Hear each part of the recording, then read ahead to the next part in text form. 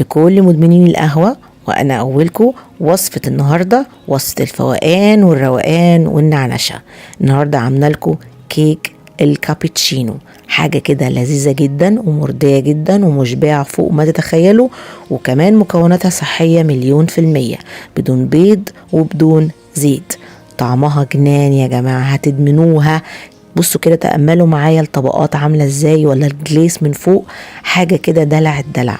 بصوا بتدوب دوبان كده، مش هتبطلوا تعملوها من كتر ما هي مكوناتها سهلة جدا جدا.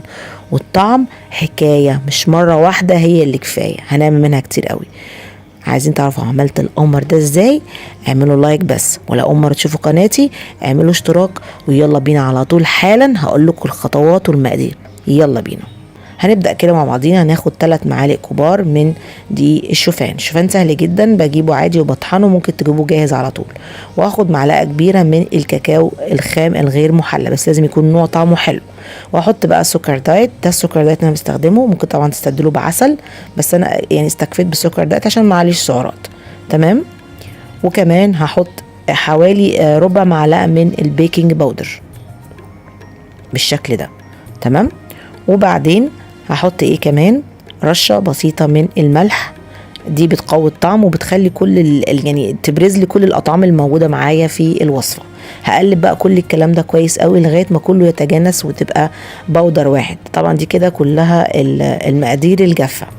اوكي، خلاص قلبت كويس وتأكدت مفيش اي تكتلات ولا اي حاجة مش شاربة من بعضها.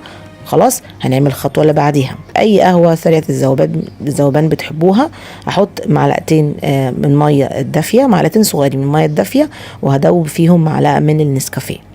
خلاص طبعا النسكافيه ده العشق ما ينفعش يعدي يوم غير ما اشربه، يا هو يا قهوة يعني.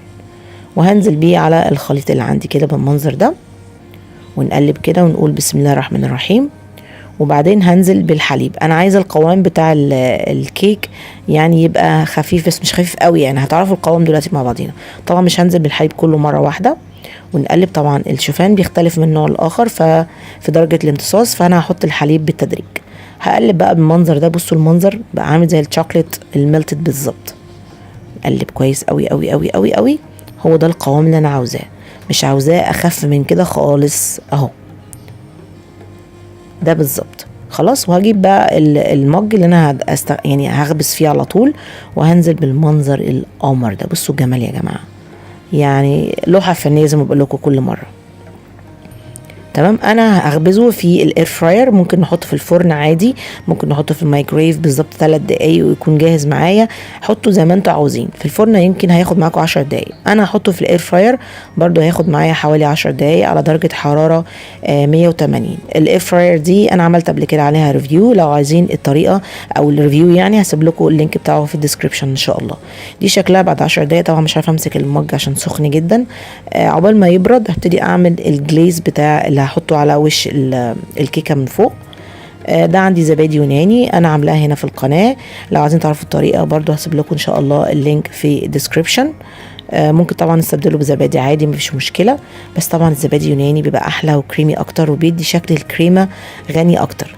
بصوا قوام الزبادي عامل ازاي، يجنن. هاخد منه معلقتين كبار كده حلوين، وانزل عليها بشويه من الفانيليا. وطبعا النسكافيه طبيعي ده اساسي عشان يدي طعم النسكافيه من فوق. مش انا بقول لكم دي كيكه الفوقان والنعنشه والفرفشه.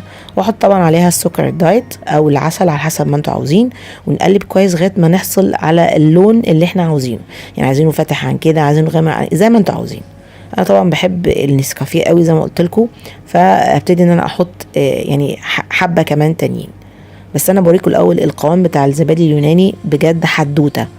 انا ما بجيبوش من بره خالص، انا بعمله في البيت على طول. ومتابعيني شايفين الحلقه من زمان وعارفين بجد الزبادي اليوناني بقى سهل جدا احنا نعمله في البيت. بصوا القوام عامل ازاي، كريمه. خلاص هي كده جاهزه معايا يعني. خلاص الكيكه بقى هجيبها دلوقتي. عارف ان هي استوت ازاي لما تعمل شق كده في النص ما احنا شايفين، وبقى من جوه متبقاش سايله ولا حاجه زي الكيكه العاديه. وابتدي انزل بقى بالجليس اللي عندي او التزيين يعني زي ما بيقولوا على الوش كده. مش هقدر اوصف لكم الزبادي لوحده طعمه حدوته، فما بالكم بقى مع يعني كيكه كمان نسكافيه او كابتشينو. يبقى احنا كده وصلنا يعني اقصى درجات السعادة. ما تنسوش وانتوا تتفرجوا على الفيديو دلوقتي تدوا لي لايك، لو سمحتوا تكتبوا لي كلمتين حلوين في التعليق عشان انا بعشق تعليقاتكم. وهنزل على الوش كده بشوية من الكاكاو الخام الغير محلى، ونقرب ونشوف احلى تفاصيل.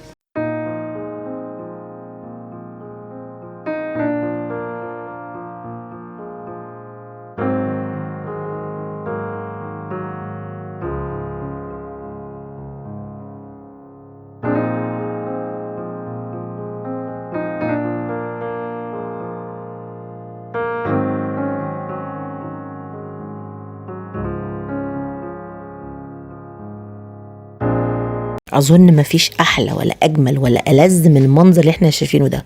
نسكافيه ده عشق للملايين، فمن محوله لكيك يعني احنا كده تمام قوي. ناخد بقى المعلقه الحلوه المتينه من المج القمر ده، ونقرب بقى على الكاميرا كده ونوريكم المنظر اليومي ده. بذمتكم انا ما استحقش مليون لايك على الحلقه دي، يعني مش هيجرى لكم حاجه لما تدوسوا على زرار اللايك، يعني مش هيحصل حاجه. حتى لو ديسلايك يا جماعه انا على راسي، تعليقاتكم سواء ايجابيه او سلبيه على راسي برضو، مفيش اي مشكله، وانا برد على كل التعليقات عشان انا بجد بحبكم وبعتبركم عيلتي. بصوا القمر. طبعا انا في الوقت ده باخد المعلقه مش قادره ابطل، كنت عايزه اكل حاجه مسكره قوي وده سد معايا جدا جدا جدا. بصوا المنظر عامل ازاي، يجنن، ماربل كده وحاجه لذيذه اللذيذه يعني.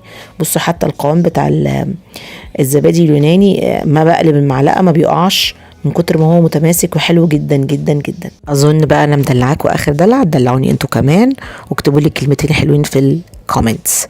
وطبعا الحلقه دي بهديها لصباح كاظم لان هي من اكتر المتابعين اللي بيكلموني، وكمان نور. الاثنين دول انا بحبكم جدا جدا، انتوا دايما مشجعيني وانا عناية ليكم عشان انتوا من احسن المتابعين في قناتي. يا رب تكون حلقة النهاردة تكون عجبتكم. ما تنسونيش بقى باللايك والشير والسبسكرايب والفيسبوك والانستجرام والتيك توك، وبحبكم جدا جدا. سلام.